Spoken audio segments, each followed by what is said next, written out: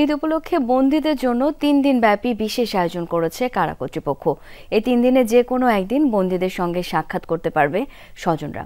একই সঙ্গে বাড়ি থেকে রান্না করা খাবার দেয়া যাবে বন্দীদের। সকাল থেকে কেন্দ্রীয় কারাগারে ভিড় জমান বন্দীদের স্বজন। এ সময় নির্দিষ্ট টোকেনের বিপরীতে স্বজনদের কাছ থেকে খাবার গ্রহণ করে তা পাঠিয়ে দেয় কারারক্ষীরা। আর ২টি ভবনের মোট ১৬টি ইউনিটে একযোগে চলে সাক্ষাৎ পর্ব।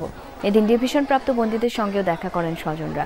ঈদের তৃতীয় দিন থাকবে মনোজ্ঞ সাংস্কৃতিক অনুষ্ঠান। কারা কর্তৃপক্ষের এমন আয়োজনে খুশি বন্দীদের স্বজনরা।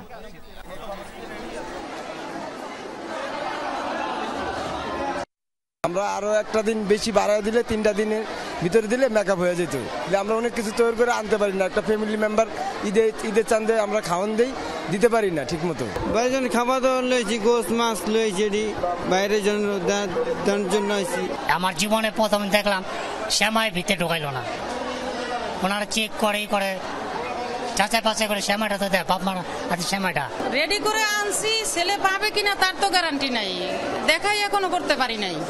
সারা রাত বসে খাবারগুলো রান্না করছি, 2 পোটলা বাইরে ফেলাই দিয়ে আসছি। খানা দিতে দেয় 3 ঘন্টা লাগছে, এইটা দেয় ওইটা দেয় না, ওইটা দেয় গরু মাংস পোলাও। বাড়িতে খাবার দেওয়ার ব্যবস্থা করেছি, বাড়িতে রান্না করে বাড়িতে খাবার দিছি আমার ছেলের জন্য।